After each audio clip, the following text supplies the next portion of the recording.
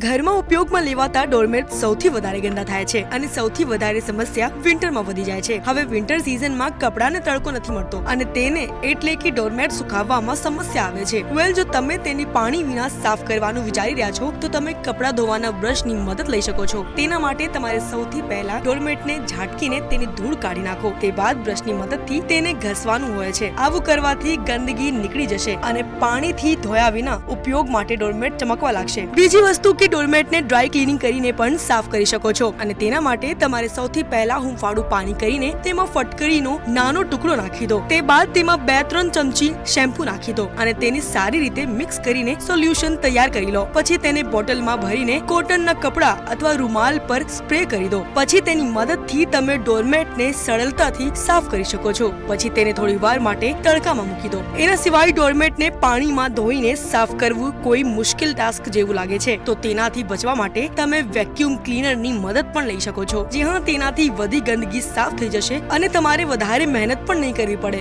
વેલ, હાલ તો આ વિડીયોમાં બસ આટલું જ। આવા જ ઇન્ફોર્મેટિવ કોન્ટેન્ટ માટે તમે જોતા રહો મંતવ્ય ન્યૂઝ।